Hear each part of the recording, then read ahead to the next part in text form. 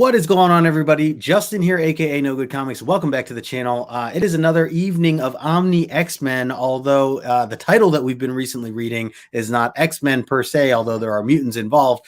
We are breaking down Marvel Fanfare issue number 3 from the Claremont Volume 2 series that we've been breaking down. And when I say we, of course, I have my co-host with me, as always, my man John from John's Comics with Kids. John, what is... Hulk want to smash Marvel Fanfare out of existence. snap Marvel Fanfare away. And you see, guys, this is why I leave him backstage half the time. What is up, John? That's what happens when you talk me into making Legos with you. I got a lot of Legos around again. Tell me how you really feel with this this Marvel Fanfare stuff.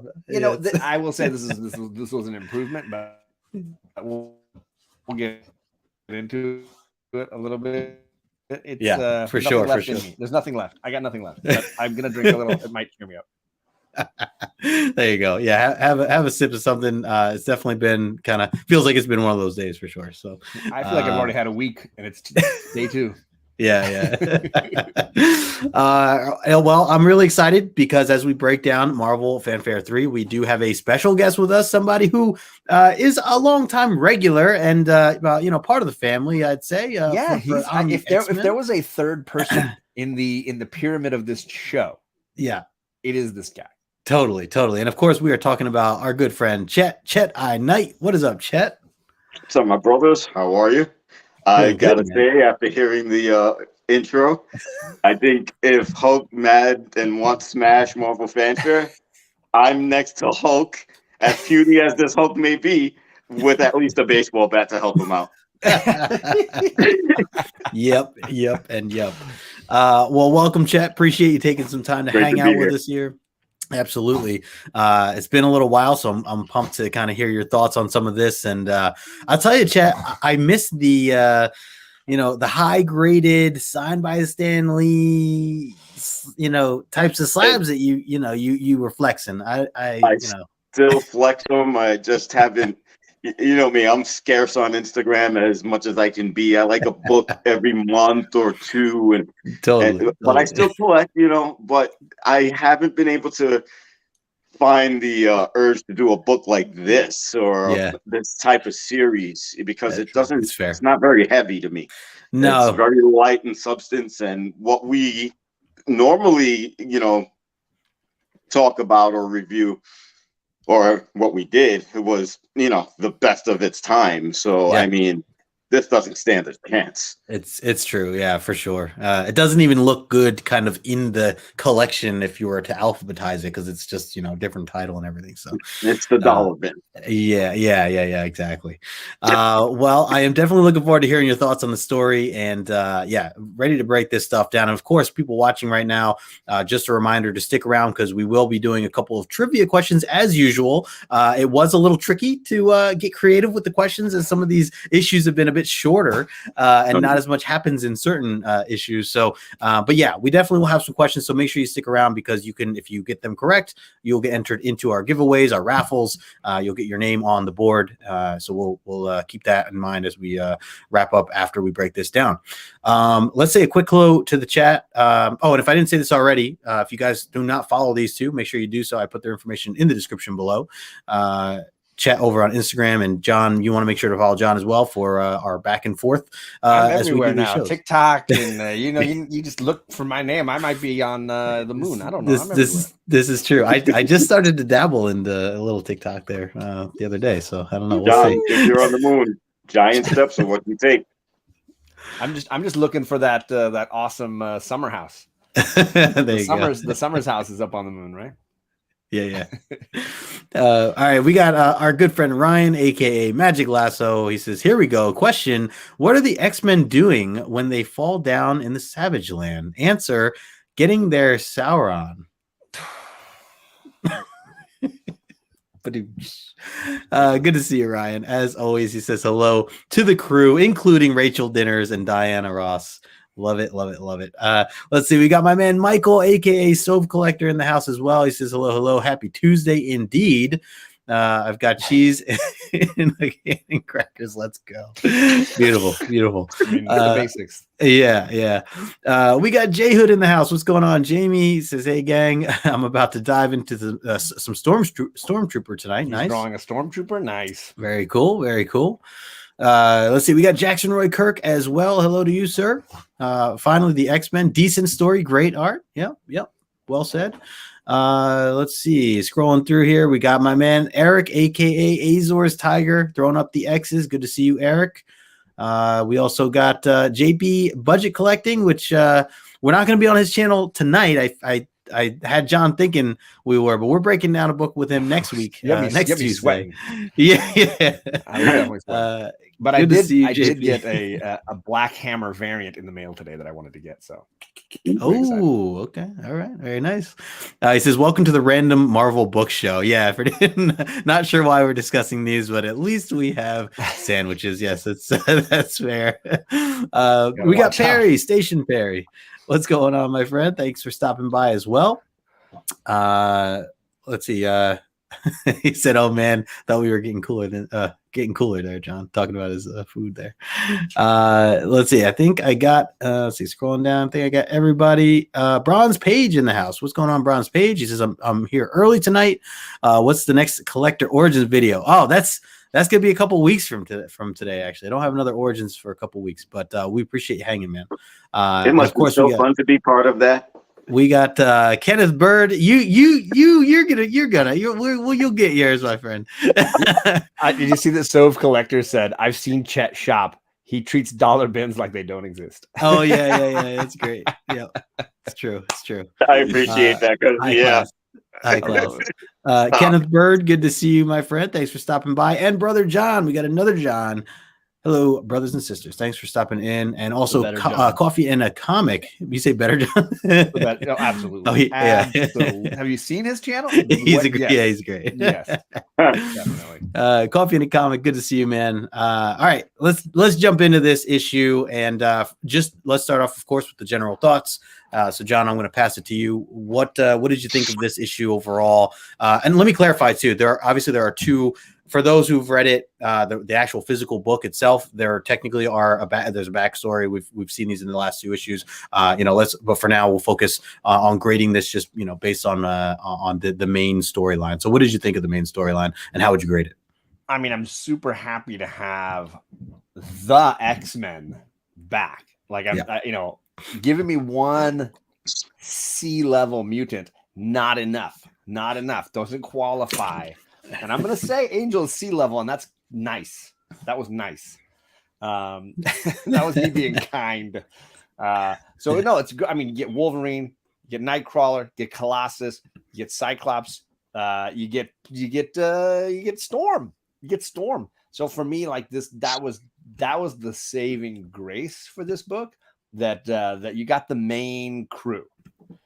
Does it live up to them? Not fully. Right. And obviously without Byrne, you're struggling. But it's still a solid improvement on the previous issues.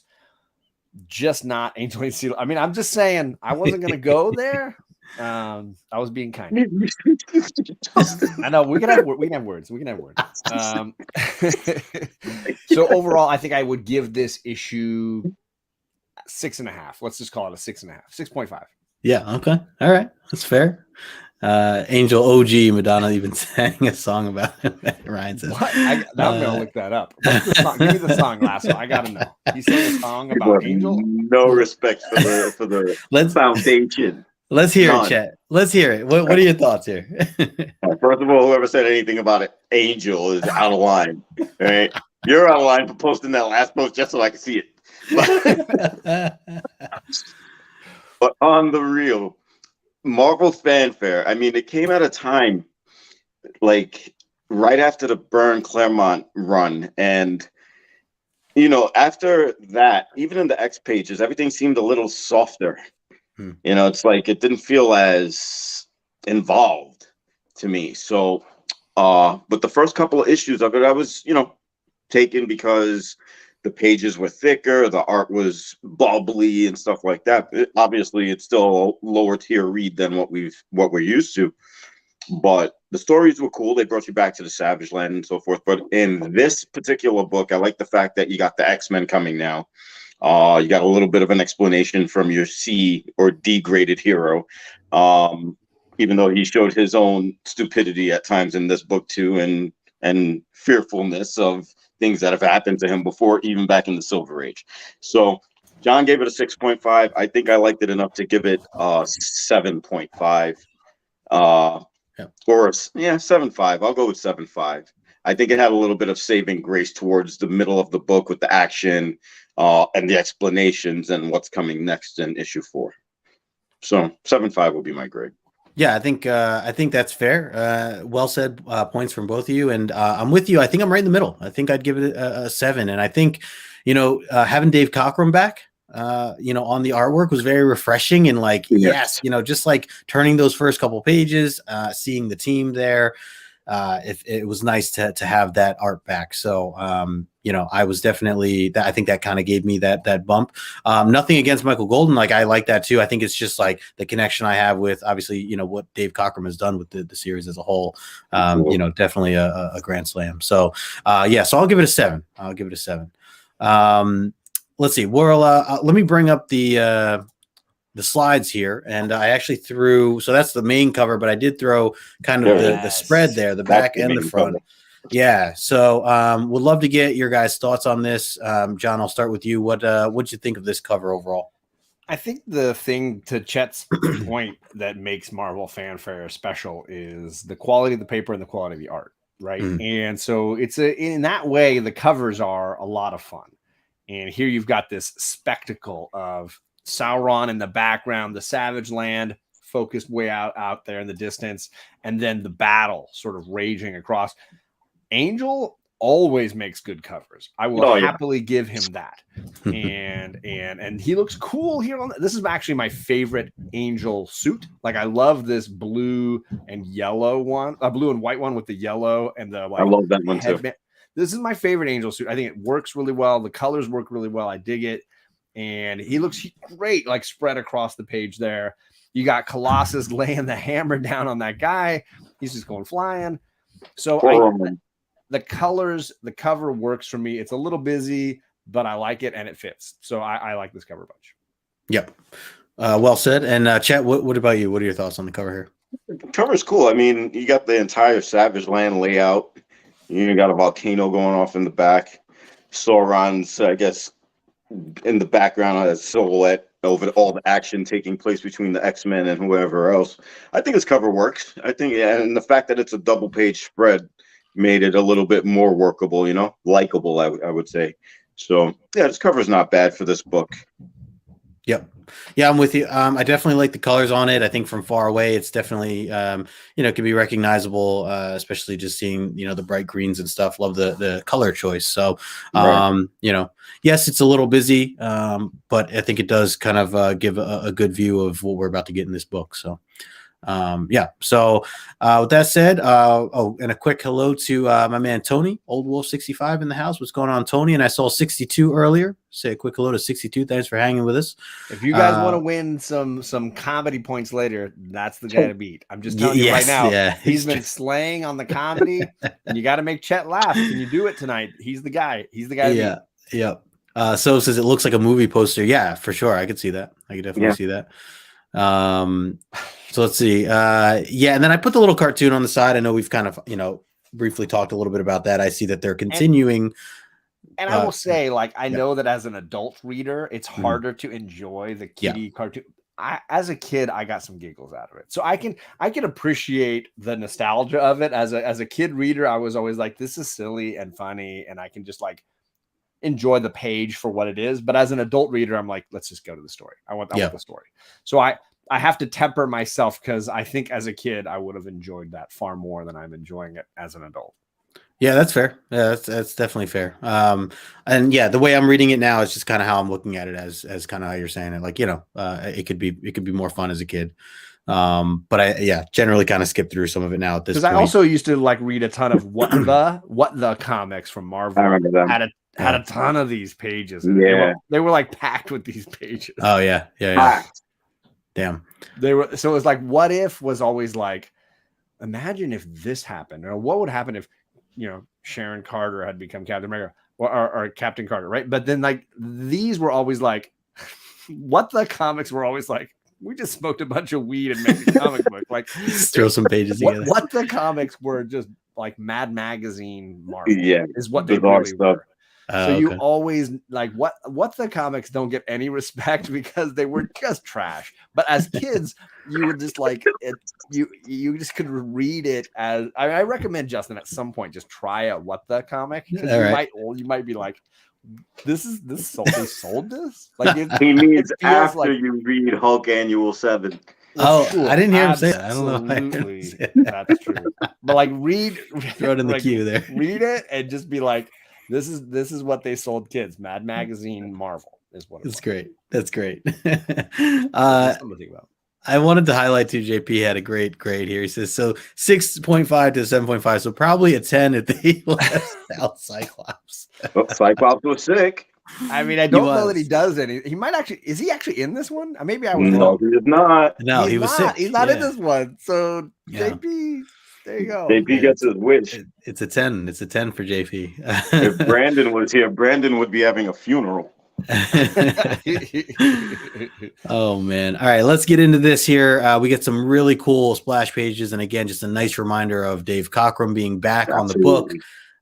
This definitely felt like, you know, reading right on along with the X-Men series, the title that we've been reading along with there for a second. So really nice to see this. So yeah, we get the team on the jet, and they are currently flying to Antarctica to go. You know, they get this call, the signal from Angel, obviously from these last 2 issues of what we read, kind of understand what's going on in the Savage Land. So they get a call there. I realize now I missed an opportunity to place a sandwich on this page. I should have had some sort of sandwich involved because that opportunity always exists. Yeah, that's true. That's true. So did I miss something with sandwiches? Is that last issue or did something? No, a couple back. Remember, there was an issue of the Thunderbird crashing because freaking Wolverine goes to get a goddamn sandwich. He was walking around the cabin, and when they have to like avoid a missile, he and his adamantium skull go flying around and hit Storm, the pilot. Goddamn sandwich, man! All because he didn't eat before the mission. Exactly. Go before you go. Like, yes, go. He wasn't buckled up. He was wandering, and apparently they were in the sandwiches are in a locker on the Blackbird. We're turning into the mother hens of the X-Men. We learned that there's a locker on the Blackbird just for sandwiches. Yeah, it's do a sandwich on flights. Yep. Hey, we got my man Black Crown Comics in the house. What's going on, brother? Thanks for hanging out with us here tonight. So we get the team rushing over to you know, essentially meet up with Angel and figure out what the heck's going on. They do state here that you know, Cyclops is sick, so he stays home with Kitty Pryde. Kitty's taking care of him. So you know, we have these 4 here. They are all sitting down, they're all in their seatbelts. And they're in the middle of a storm that Storm is trying to kind of control. She's having a little bit of trouble for a second as she's trying to gather herself. Everyone else is kind of talking and seems like kind of irritating her because like even Wolverine's like kind of bugging her about like, hey, what can I do? Like, can I help or whatever, even though he can't right now. And she's like, I just need you to be patient. So they work this out. She at one point they hit some turbulence. She goes flying, as you can see. Colossus there catches her.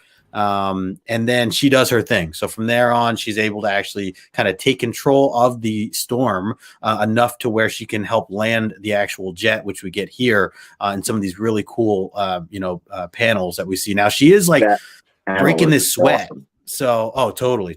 Yeah. So her with the jet and everything else. I want to shout out. No, go ahead. Sorry. Go ahead, Chet. I'm sorry. That gives you a Cockrum feel right there. Yeah.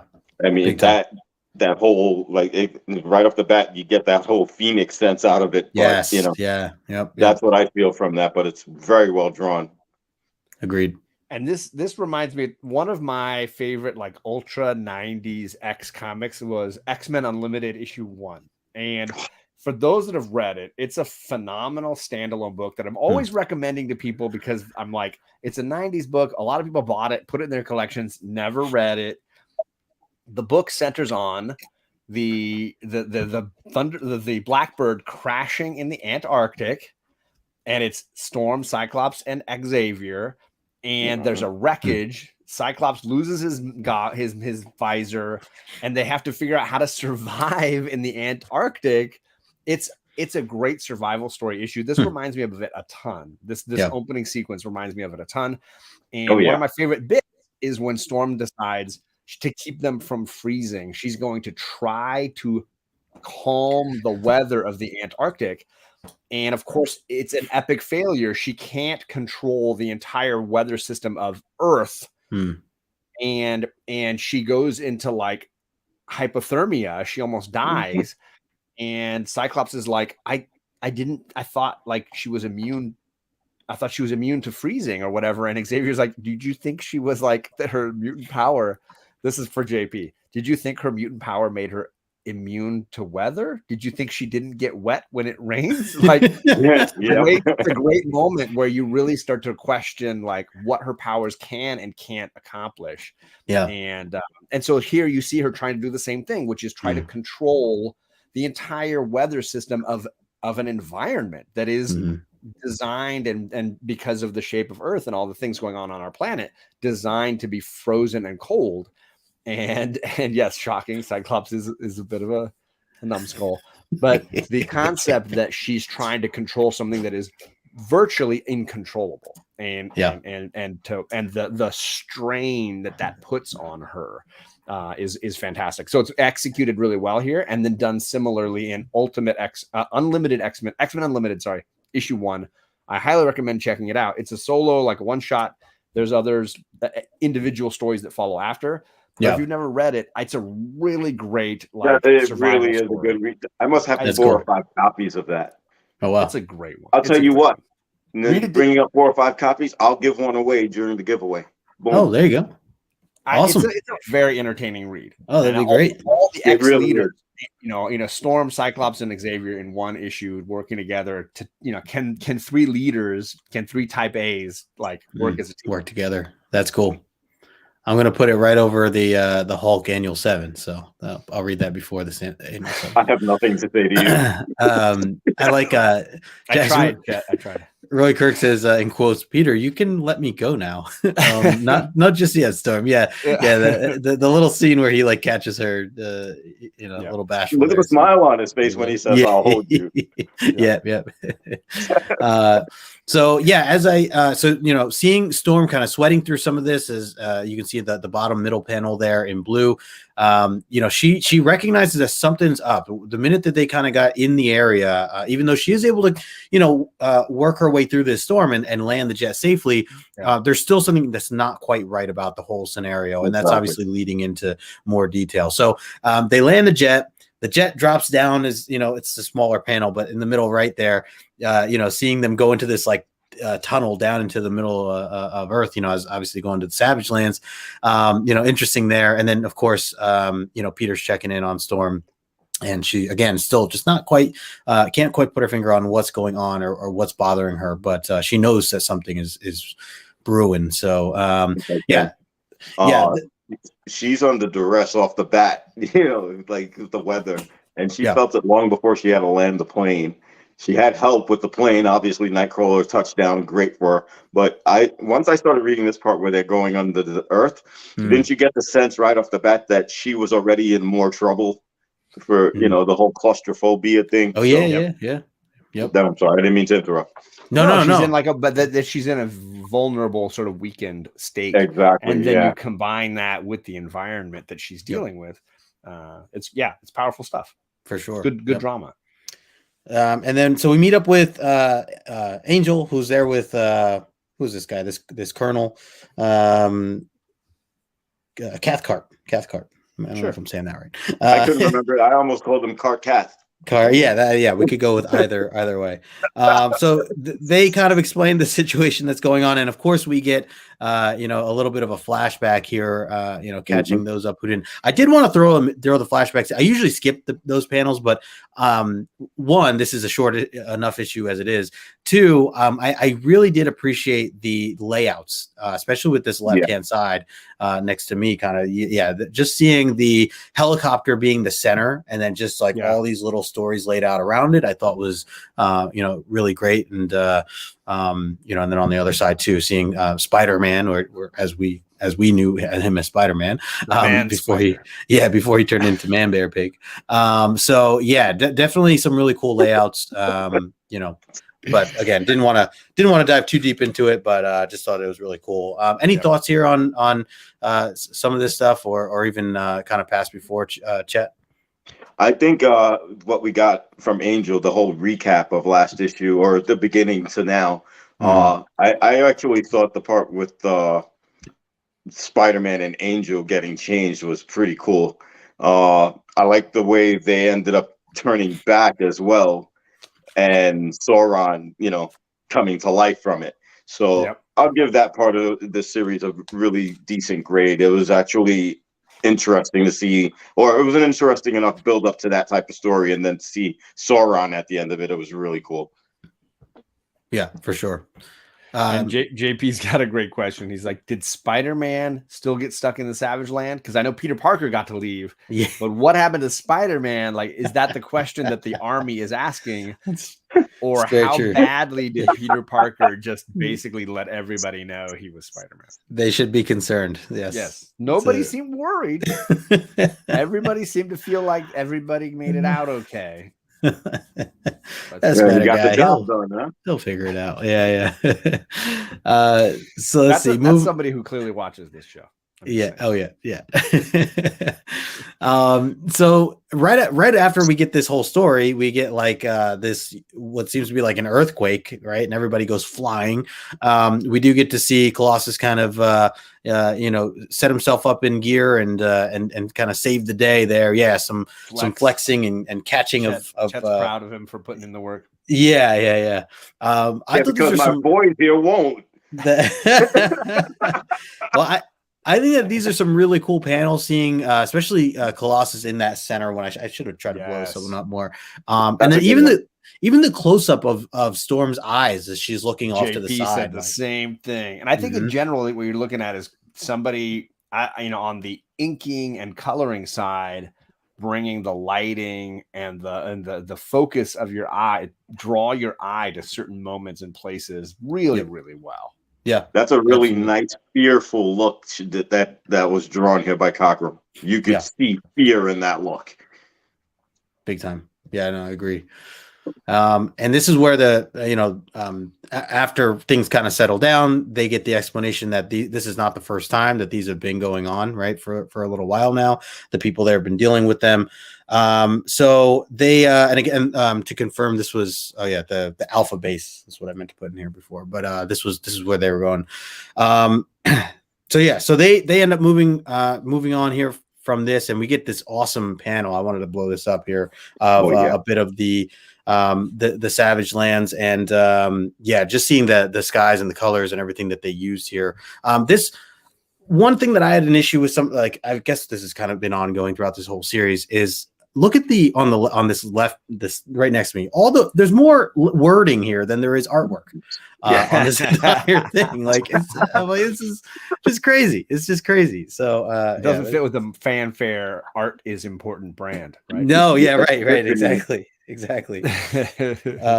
So they're onward, and they end up running into some trouble. I like let me get on the next panel here. So I like that right away Angel's like, I gotta show you guys this. Oh yeah, I forgot about this. They were supposed to use radios, right? And they're supposed to like talk this out and like, hey, if you see something, they send Angel ahead.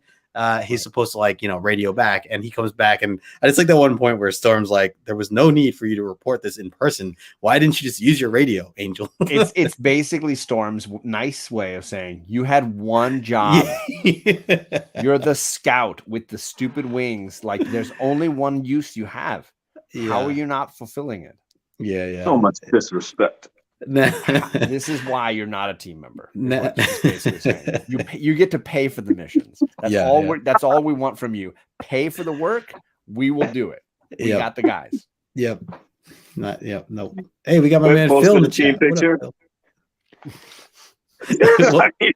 Hey, call Angel. Put him for the team picture. He can go in the back. He'll always look good. Like he just like flexes. He puts on the Speedo and he does the flex. True, yeah. That's all you needed him for. Yeah, he's like, if I used a radio, I wouldn't be here for the photo. He's the blonde god. Like just like let him flex and be the angel and then move on. Yeah. He paid for this. I respect Angel. I'm getting that printed on a shirt. And it's going to be a picture. I respect Angel. It's going to be him like this. That shirt's going to be a big. And you're both getting one, so stop. Oh, that's so kind. I'll put it right on top of the Annual 7. Annual 7. It's going to be like Captain America. It's going to get frozen inside. It's going to be 120 years later. Somebody's going to dig it up, and Justin will have left a gift behind that he didn't know. I just want what happens in the Savage Land stays in the Savage. John, I'm working on that. I'm working on that. What happens in the Savage? That's a good one. All right, so you see the team scoop up and start flying over, and what Angel had seen is these crosses. It actually reminded me of I don't have the issue out, but that one Wolverine issue of Wolverine on the cross. It's Uncanny X-Men, 252. There you go. 250s, yeah. So that, seeing the angle on that right hand side of the team viewing that, this could be awesome. It might be the box made me think of that in front of me. Oh, really? Oh man, yeah. See if you got it. Talk amongst yourselves. So this is supposed to be like a warning, right? To kind of Sorry. This is supposed to scare people off, to not come any closer as the team is looking. Which, by the way, I don't even think I mentioned, but the team is actually going to this area to try to find the other mutants and to find the machine, right? That has been creating this. Yeah. So so we get to see a little bit of this, and there's definitely some anger here. You see, in Wolverine trying to explain himself as to why he likes to operate the way he likes to operate, and why he goes about it in a way where he kills. And he clarifies, he's like, I'm not just like killing anybody, but like, I find out who the bad guys are basically. And I, those are the ones that I want to, put to harm. So, you definitely get his side of that, that his point of view of that, as you see some of this discussion. And then we jump into this guy. Well, so he's in the middle panel. There's this guy, kind of a creepy dude. Was this Gaza? I think it is, as part of those mutants. But he comes out of nowhere and just starts attacking the X-Men. Massive dude that comes running this way. Storm does her thing. It does look like Colossus kind of handles it, puts him in a headlock, which I thought was cool. I can't imagine being in a headlock with Colossus. That's just got to be awful. Your head would just pop nobody off, likes right? that. Yeah, what if he sneezes?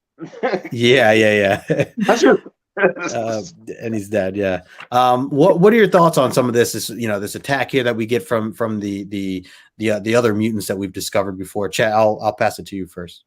I think it such an out in the open attack makes me think there's something else that they're shooting towards. So this actually it feels like it's a trap type of deal, and it actually turned into that. So I like the way this is devised, this plan to get the X-Men where they're going to end up going. They led them right to the trap, so it works just fine. Yeah. And speaking of, as everybody's kind of distracted and it almost seems too easy that they're beating this guy, we get this awesome splash page here of Vertigo stepping back in and really throwing the entire team off balance here. This was just wild. And especially seeing, look, I know the one guy has 4 arms, but on that right-hand side, like it just looks even more trippier because of that Vertigo effect that they added into it. I thought it was really well done. Forearm, by the way, I think he is. I think his name is Forearm, right? He is, He is Forearm. Forearm is the guy who comes in later in X-Force, fights against X-Force in the Liefeld era. F-O-R-E, Forearm. The other 4. I don't know that it's the same guy, but he looks identical. Yeah, I don't know that it's technically the same guy. But this gives me major Steranko vibes, like this costume. Yeah, it feels Steranko, right? I don't know if it's just me, but it's got major Steranko vibes. It also reminds me a lot of what's her face, Lorelei. The Magneto. Yeah, that's who I thought. After I read this again today, I was like, wait, it wasn't Lorelei. It was.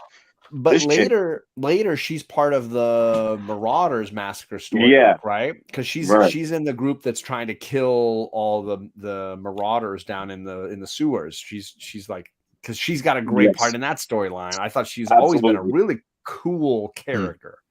Wait, talking about Vertigo? Vertigo. Yeah. Okay, yeah. So she that issue. I actually posted it on my Instagram the other day. This storyline issue. This is 212. Excellent. Is one of my favorite X. I forgot you had that one. Yeah, that's a cool cover too. And she's in the sewers, killing the mutants that are living as like homeless people in the sewers. Yeah, and she's part of that massacre storyline, and has a really cool storyline there too. Yeah, she gets around, Jackson. She gets around. Yeah.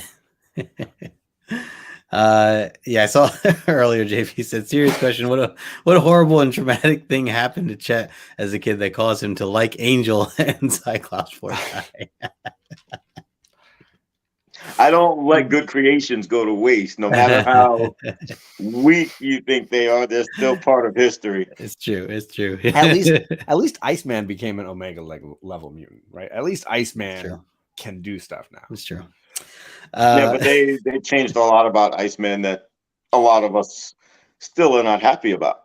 Yeah, he has evolved.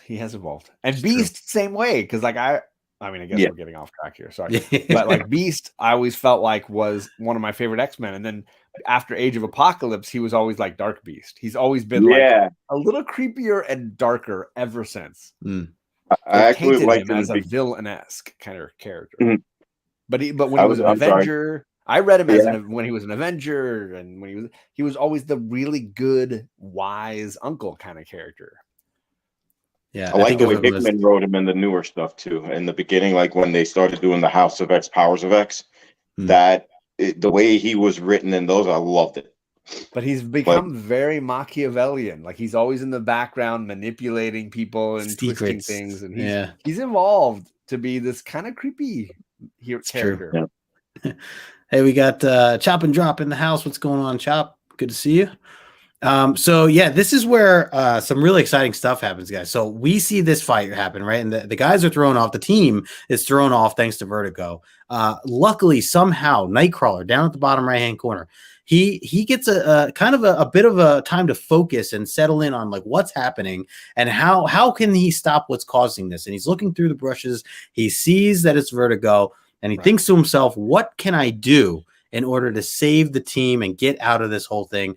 And somehow, some way, they get rescued by the Rock. He finds the Rock in the Savage Lands and is able to save the day. Oh, wait a second. Sorry. The Rock. There it is. Yeah, the Rock. Lowercase. I think it's a Rock. He finds a rock. It's not Iraq. It's a. Yeah. He finds a rock. Okay. So yeah, and he's picking up. Look at the cleavage on him. The Rock. Holy crap! He was a man's ear. I want to say on the previous page, what I think really is messing people up about Vertigo is that one piece. This one here. Not that one piece. That one piece. That's what's really causing me vertigo is that costume. Like, holy cow. She just came from Studio 54. Man. I'm getting dizzy. It's like a baby. Bee Gees vibes. Yeah. This has got there's a little ABBA with that white hair. There you go. Sorry. Okay, so we'll get past back to the Rock. So he picks up this rock and he throws it at her. I mean, if only somebody could have thought of this plan before. I love how he lump on her head. He zonks her. I really like how he says, "I'll send this stone in my place." Such an interesting way to describe how one would throw a rock. I like how he explains how he gets past the vertigo. Yeah. If you go back and he's talking about being in the circus and dealing with nausea all the time from being in the circus and Throwing so around. forth. Yeah. No, yeah, it makes sense. It definitely makes sense. I like that. Yeah, so I just couldn't believe he found the rock. So he finds the rock, he throws the rock, and boom, ouch, knocks her out. And because of that, we get the on your left moment of the team where they all just kind of snap out of it. The team comes back, and it's so just good. Epicness. You cue the music, and boom. So I really like this. I honestly wish this was just like blown up as like a bigger panel. Like I could see that moment, that top panel there be its own splash page and really show the team. You're bothered by the inclusion of like giant head, like they could have, they could have definitely minimized receding hairline, no shirt guy. Yeah, exactly. Basically, John with a bigger head and more muscles and no shirt is right there. That I get it. Yeah, they didn't. They didn't need to highlight that. Doesn't need to be so enlarged. That doesn't need to be big. That could not be at all. I see that. I could be with that. Oh man, yeah. So this was cool though. I miss you guys. Just is dying. I'm glad somebody did. I absolutely miss you guys. Oh my god, my eyes are in tears. I'll get to New York someday, brother. I promise. JV says he should have bamped onto her back like he did the Dark Phoenix because it worked so well. It did. That time. It didn't work well. Not so much. No. Tunneling heads in air vertical power is cool looking. Yeah, for sure. So we get the team come back out of nowhere. Really cool stuff, and then we move forward with some more of the story. So they capture the one guy, which is I always forget his name here. The frog guy, yeah. They capture the frog guy. He basically explains a little bit of the background. Isn't it like amphibia or something like that, or amphibian? I don't know. Something like that, yeah. So he tells a little bit of a flashback here, which I did leave in, but it does refer to Kazar issue number 5. I never read any of the Kazar stuff. I actually wanted to ask you guys if either of you have read. I think I've read up to like 6 or 8 maybe, but I don't remember them. That's how, Yeah. They did. They just kind of reference a little bit here. And I know they get the girl, Tonga, I think her name is. Tonga. Yeah, so we've seen her before, right? That was in. Yes. Exactly. I actually thought they were going to reference the older X-Men issues, but they referenced the Kazar stuff, which is I have never read any Kazar. I'm sorry to say. No, yeah. Had very nice art on the first like 3, 4, 5 issues, man. Oh, okay. I've read a couple of really nice Shayna. Yeah. Mm-hmm. I've read a couple of her issues. I mean, she's got a better costume. So that was a first time for me, like clicking that. I didn't realize that Shayna was a She-Devil. Yeah, that she was part of that story with Kazar and stuff like that. I've seen her comics before. The Savage Land in Marvel, I feel like, is a massive universe of characters and stories and comic runs that you could really get into. I know a ton of people are. He is a blonde Tarzan in some ways. Oh yeah, but that one panel definitely looks at the middle next to me. But I know that like it was a whole niche within Marvel that people that were super into those at that time. Yeah.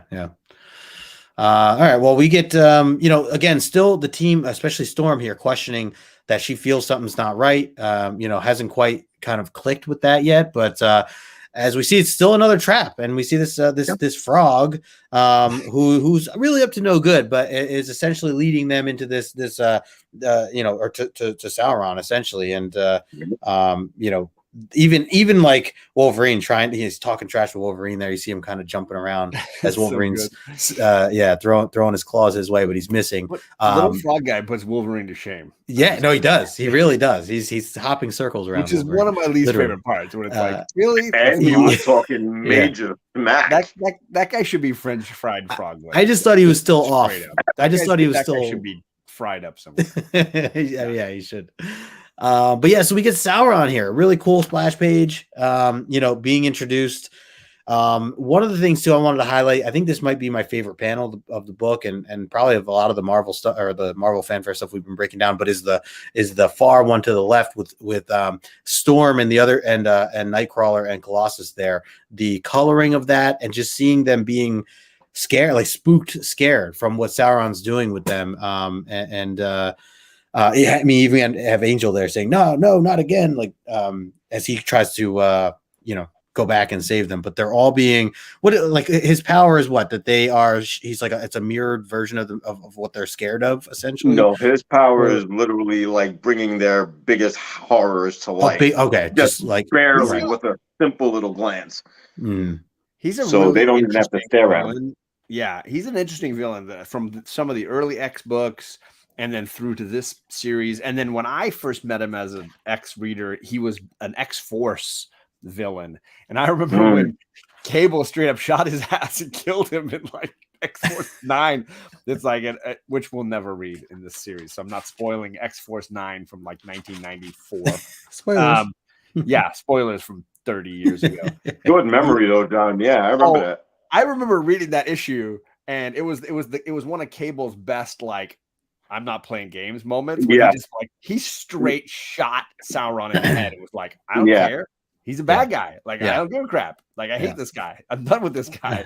But he's got a ton of really cool powers as far as absorption, energy absorption, like we saw in the previous issue, and then of course his like energy, like he sends out these incredible like. I don't even know how to describe it, but like me either. I was gonna ask. I don't know what it would be. Is that what we're seeing? The pink under his beak? You see this like energy he exudes, which basically latches onto whatever fears the characters have, and then like can cause fear in his opponents in such a way that he can build on it and utilize it. Yeah, spoilers, JP, suck it. I just ruined X-Force issue 9 from 1990. I ruined Rob Liefeld goodness. What's up, Damien? The greatness of Rob Liefeld has now been destroyed. Oh, yes. It's actually one of my favorite Liefeld moments. Because I was reading that book. It made me love Cable when he was just like straight shot this guy. He's like, I'm done with this guy. Sauron's hair must have been inspired by George Costanza. He's got like, he's got. He does have little patch on both sides. Yeah, he's got a little dome there, a little horseshoe going. All right, so let's keep it going here. So Angel turns around, he sees the team's in trouble as they're all being captured now. At this point, I just put some of these in because I wanted to kind of blow up some of the panels here. But Angel to the rescue. Tried to, anyways. Doesn't he really just fly away? It's really not. He's been under Sauron's spell before since the 60s. Yeah. I mean, come on, give the guy a break. He knows exactly what's coming for him. He's trying to get away. It's the strategy of let me fly so high, right, that Sauron would freeze or pass out from the lack of whatever air and whatnot. But it doesn't really work because Sauron just turns around. He's like, "Hey, I have your friends, so like why I don't need you." Yeah, like you don't do anything. Oh, your superpower is wings. Yeah. If only I had that. Yeah. So wait, I do among my 7 other superpowers. He does have a lot. So he turns around, and then that's when Angel's like, "Oh crap! Like I'm too high now. This is not good." He gets too high. He gets a little too high, and then he crashes. My money can't save me up here. Yeah, no, that's true too. Yeah, Angel ran away shocked. Your abs can't help you. Your abs don't help you. So he ends up falling and crashing to the ground, essentially, right? And then flash forward to the rest of the team being taken over and brought into Sauron's. Don't they even reference Icarus at that moment? They do. Yes, they do. Flying too high to the sun. That they crashes do. to the ground. He hits a bunch of branches. All he's good for is a metaphor. That's why they included him in this whole. There's all this buildup, just all this, just so they can compare. Yeah. You realize you haven't met me yet, right, John? So we get a flash forward now. Sauron's up on his, got his fancy king, like a king, essentially his chair there, sitting next to. Is it Zaladane? Yeah, the guy, looks like high priest of the cult. Cult of the sun god, right? Okay. And the girl, what's her name? The queen lady. Yeah, I thought that the queen lady. Isn't that the lady? The one we saw earlier. So that was in the flashback description of what the frog guy was explaining. With Kazar. Right. Yeah. Maybe that's so this is Zaladane. I believe it's Zaladane. Because that's a woman in the center top panel there. That's a woman, right? next to yeah, and Sauron? in the red, Yeah. They're saying that her name is Zaladane, the high priestess of the cult. Yes, okay. Of the sun god. Yeah. So yeah, he's like, fools, welcome to my citadel, and blah blah blah, wolf. Good reading. I want the full reading. Oh no, I can't do that. they're not. I like how Wolverine, even as he's like tied up and everything, he's like, you may have won the battle, bub, but the war goes on, and they're just like in no position to really be talking in any sense. So they throw him up on what we've seen now. This is like very repetitive here, but we're seeing the same situation. All the X-Men are now strapped to the tables, and basically going to be what we saw in the last two episodes, right? In the last two issues, turned into their most basic form, as this machine has been doing. And basically how this ends, right? I mean, this is the last page to this whole thing. So seeing it the way this is, obviously the cliffhanger or whatever, but we do get to see Angel kind of waking up, and he's like, oh, I'm alive. Wow. I usually don't survive these kind of Icarus moments that I'm metaphorically required to. You better get up and go to Starbucks. Yeah. Right. He owns all the Starbucks.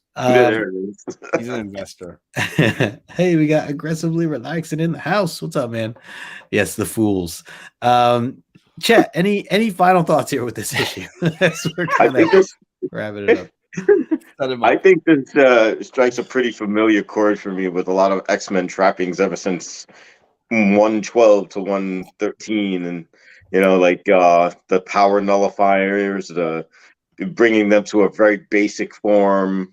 In this case, they're allowed to speak, and Colossus, when he speaks, ends up paying for it right away.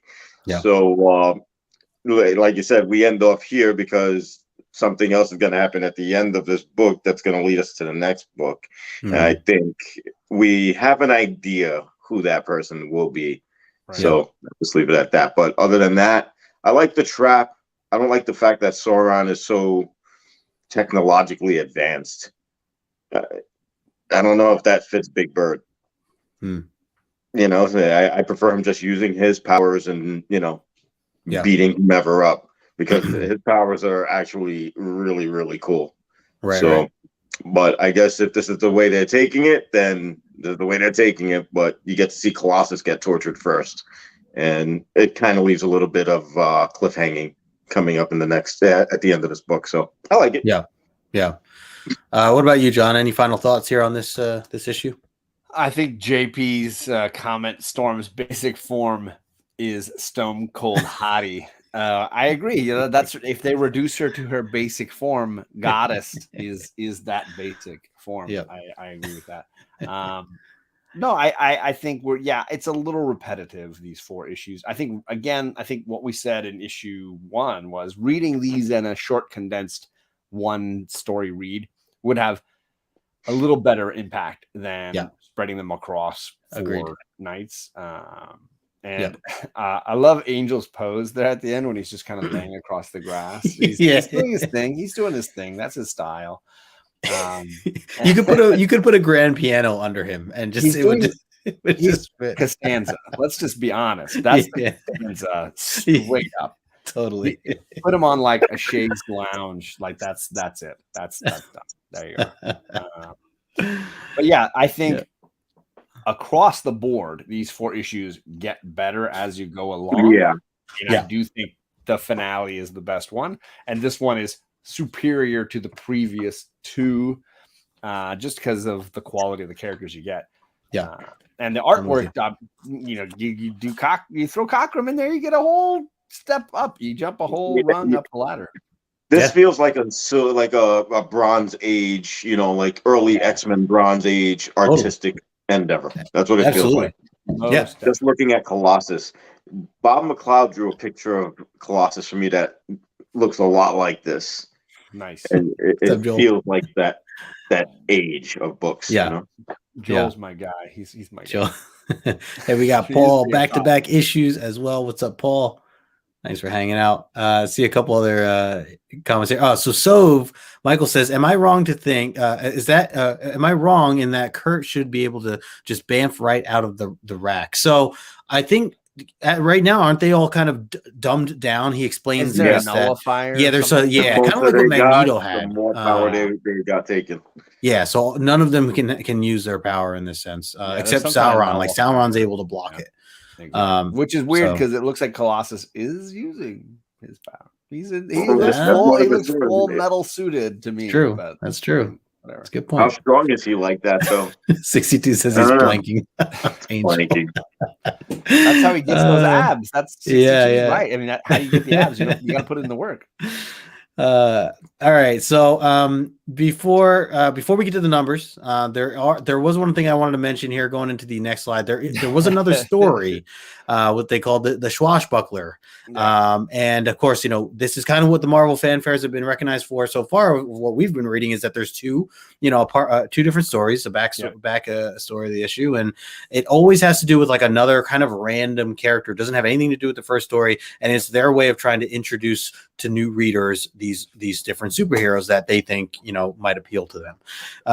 And in this particular one, I was very very thrown off, I guess you could call it, with some of the kind of the choice of racial slurs that they had included in this. So not going to highlight it here per se, but there were definitely some moments here that kind of pulled me out and was just like, oh, like I didn't know that those words would be used in a book in this comic. So definitely kind of threw me for a curveball. I know it's a different era at this time, but obviously it doesn't make it okay or an excuse or anything of that nature.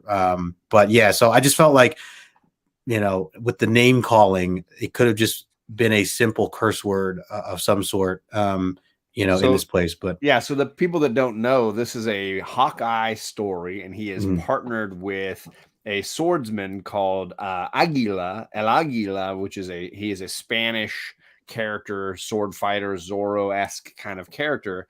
Yeah. And the villain in the story uses a racial slur for this mutant Latino character. And it's kind of shocking when you read it. You might like, oh, there you go. That guy just threw that comment out there. Yeah. Also, to your point of like, hey, X-Men fans, I feel like this is more like a, hey, you think Angel's useless? Check out this guy who fights aliens with a bow and arrow.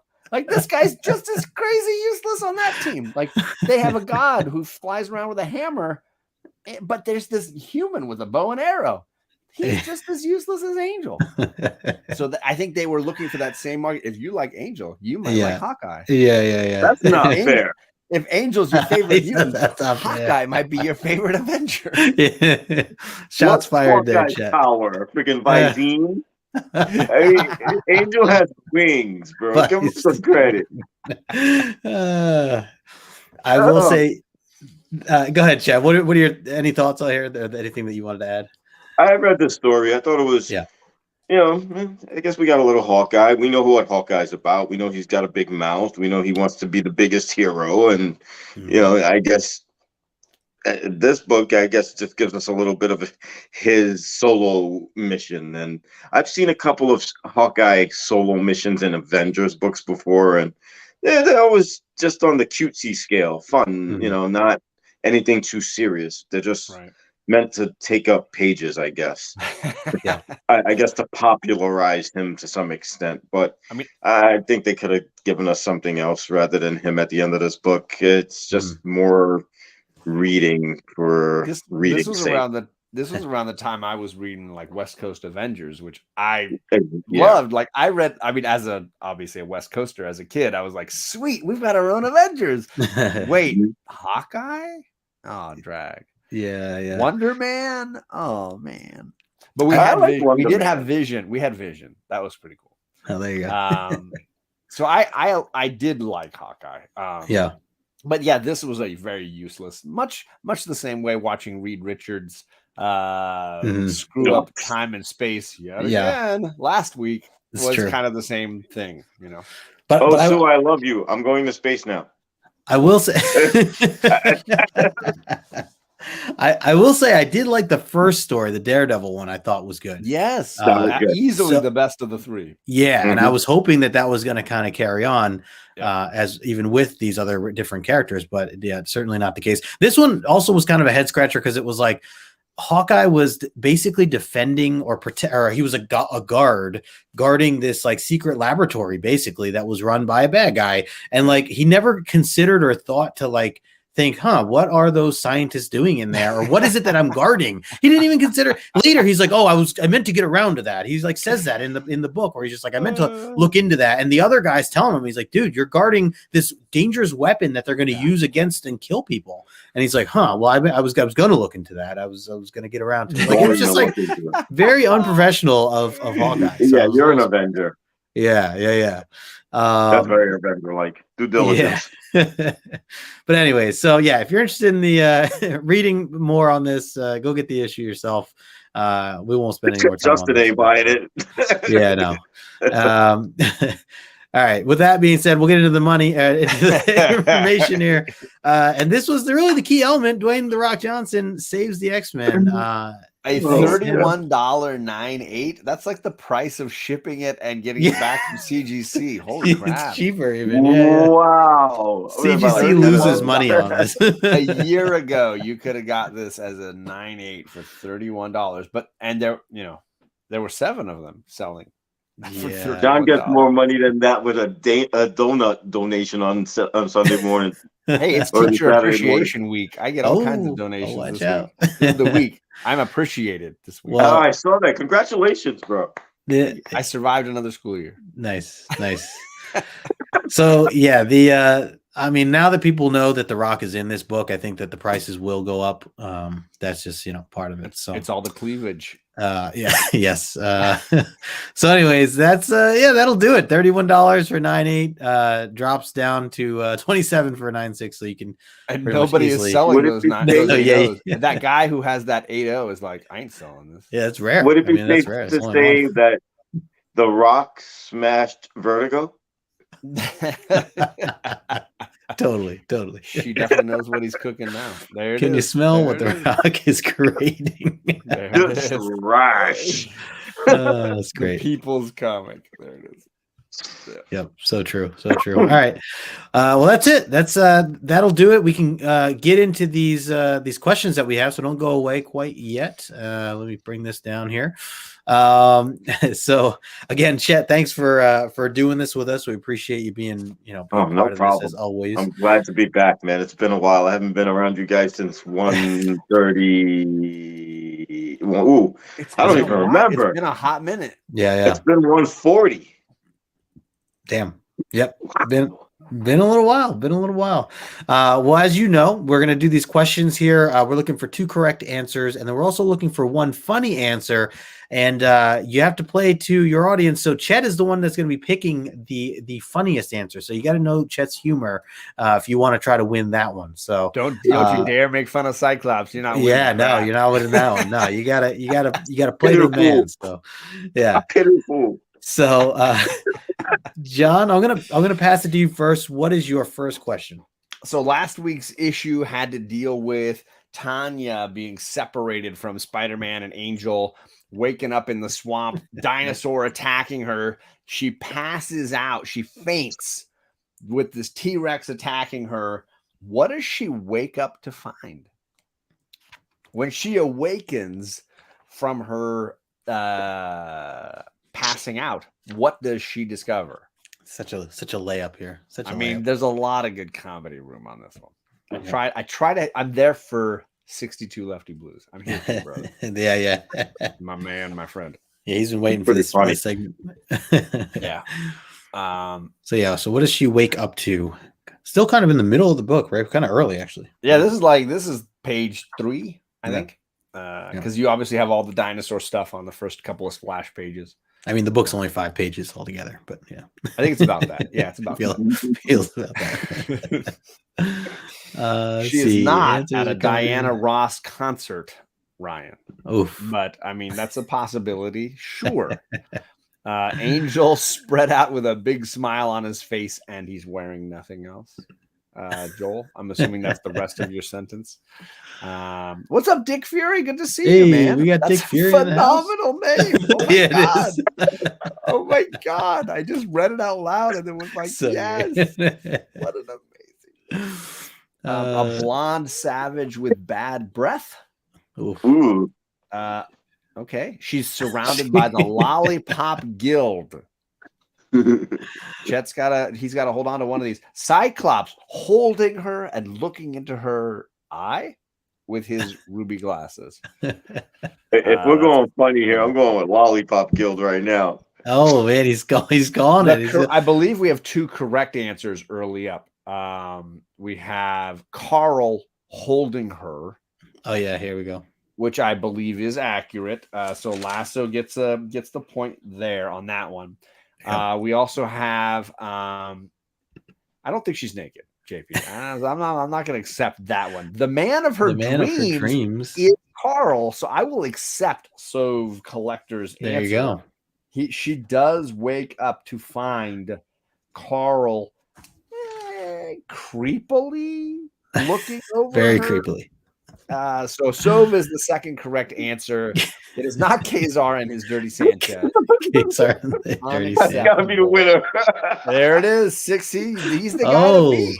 Oh man. Okay, wait, we got Brother John with a paragraph here. Yes, she sees John on his couch with one of his daughters eating cereal and the other not up yet as he rambles on about some movie and the kid pretending to be interested. 48 people are in the chat. Oh, that's a great one too.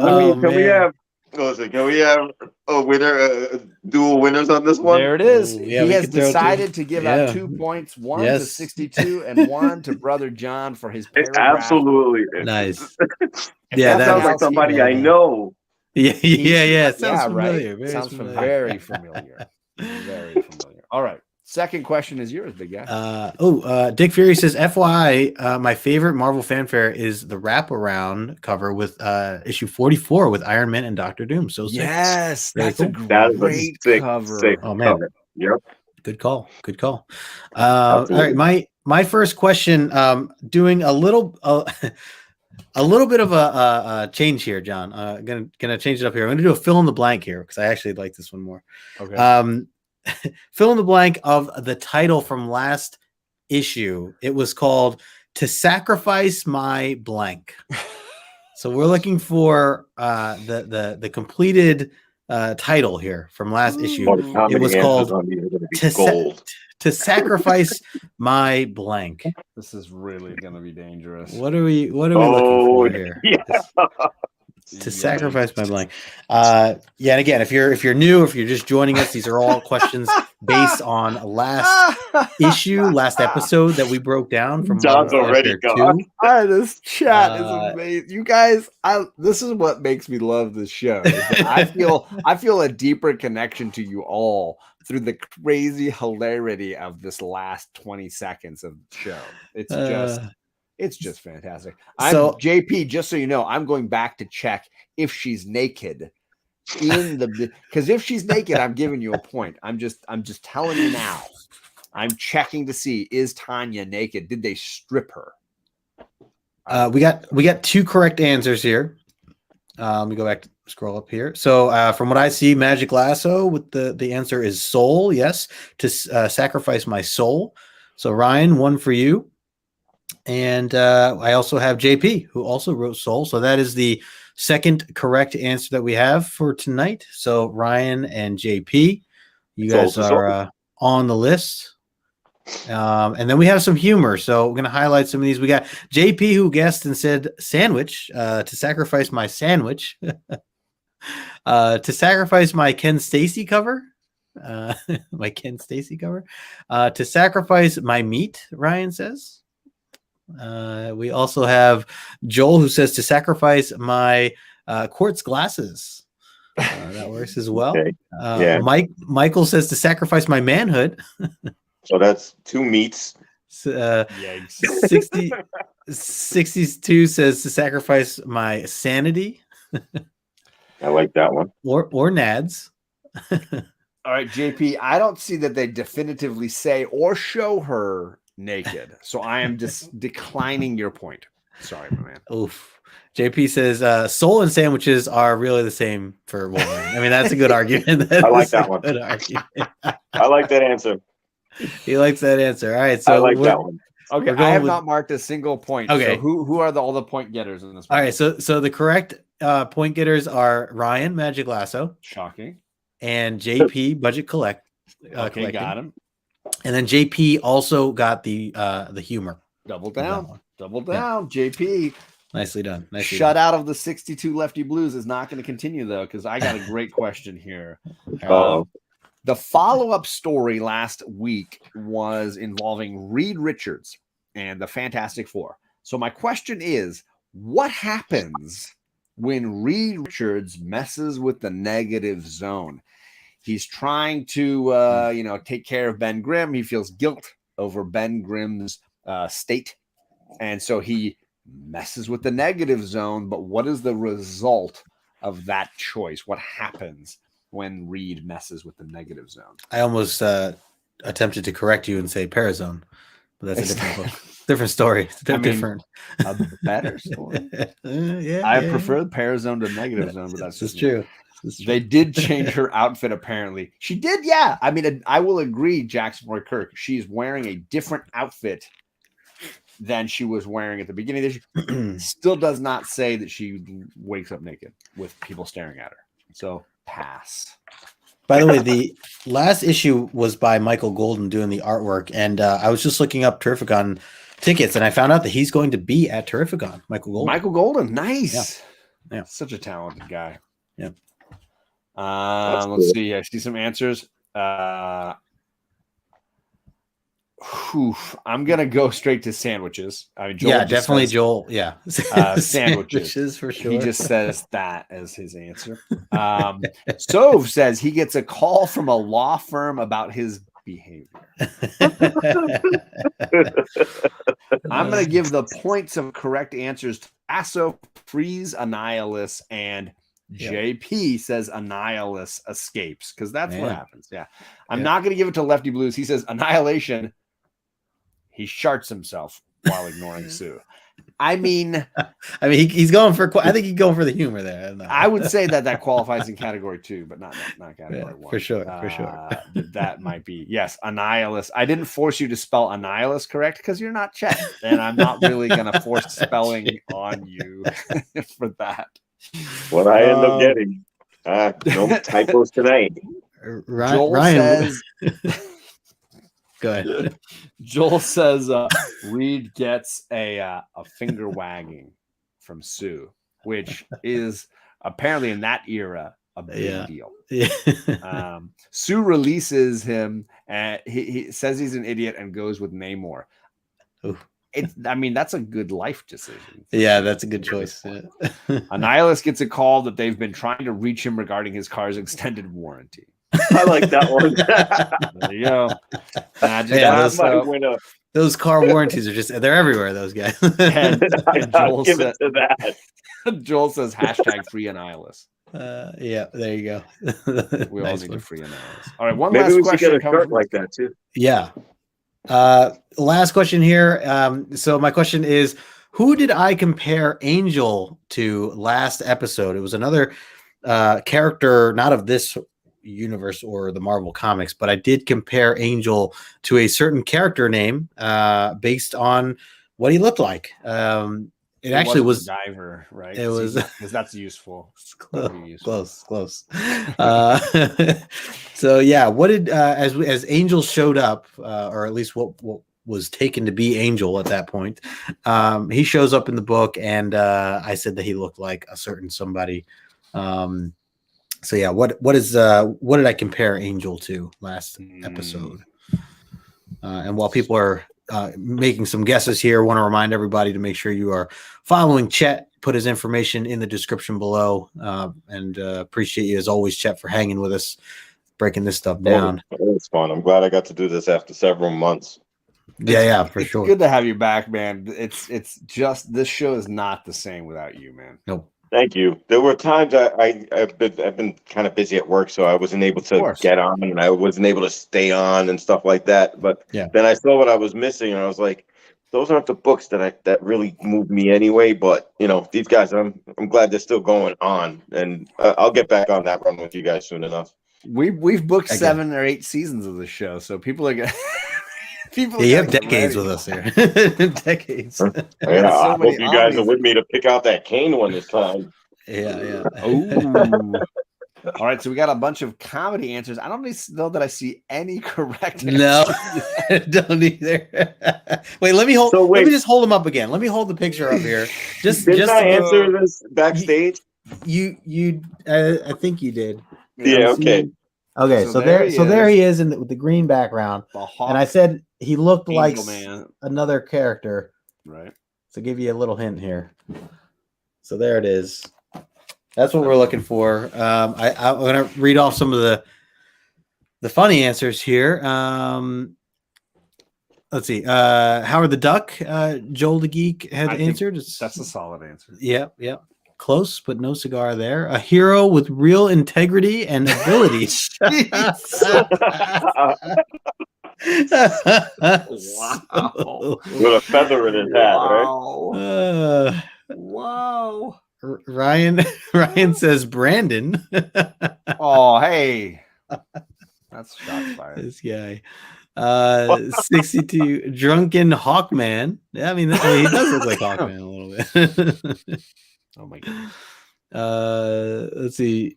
Wet toilet paper, same level of usefulness. Yeah, I mean that's right. Yikes. Oh, I just realized I'm the only one on screen. Sorry. It's better that way. That's a Yankee mentality. Yeah, Manhawk 62 says, not the one we're looking for. I do see one correct answer. I do like the Dark Crystal character because he totally looks like a character from there you Dark go. Crystal. One of those like Hawk villain characters. Hey, if there's only one person answering this right, I want my answer to be submitted from before the show so I can get a point while I'm on the air. I mean, that's fair. I mean, yeah. Nobody else seems to be getting it. No. Colonel Sanders' dream. Magic lasso. Wow, not one person got it. I got one correct answer. I'm marking it now. Okay. I see one correct answer. Where you at, brother? I got you. All right. How do you should we do you have a funny answer that you liked, Chet? One that you thought was worthy? I thought even though it's about my brother Brandon, I thought that was a good one. Oh, Lasso. That was Lasso. All right. So we only have one correct answer tonight for this one. Yeah. So the correct answer was Sove Collector with Big Bird. That was who I was saying he looked like Big Bird. It's a good call there, Michael. First. You did. You actually said the word Big Bird earlier in this episode live, but about something else. So I was like, oh, I wonder if anybody will pick that up. But yeah, I think it was different in context. Yeah. Well, I'm giving Chet a point. There you go. You're on the board, Chet. You're on the board. Don't forget, there's another extra book I'm submitting for a giveaway. That's true. You might win your own slab. Yeah, that's true. Very true. Ryan says, sorry, not sorry, Brando. There you go. Wow. Shots fired. All right, gang. We that does it. That wraps it up. We're going to be back over on John's channel next Tuesday to talk about issue 4, which I believe is the last Marvel Fanfare issue that is part of this this set here. So that'll be who's our who do we have for next week? Read your comics, Daryl. Oh, that's right, Daryl. I've seen him following along. He's been following along with us. So looking forward to that for sure. Up and read. Does he actually it's digital? He I was say he lets his kids read his books, so they're definitely some of them. They're well loved. Chet, they're well loved. Is Chet frozen or that's his face right now? It's more of stunned silence. He's stunned. Yeah. Comics. So anything before we wrap up here, Chet, that you wanted to mention or anything like that? Anything you have coming up? I'm gonna be doing a few conventions soon. I know you and I were discussing Terrific in I think it's July, the end of July. Yeah, end of July. It's a little bit of ways, but Sounds like obviously I met you there last year for the first time, I believe, right? Yeah. And it was a fun time. So I'm psyched to do that again. Obviously, New York Comic Con's coming up in October, so that we got some time before that. I'm guessing, obviously, Baltimore is not long after that. So yeah, October. Yeah. So I mean, I've got cons. I'm looking forward to more than anything.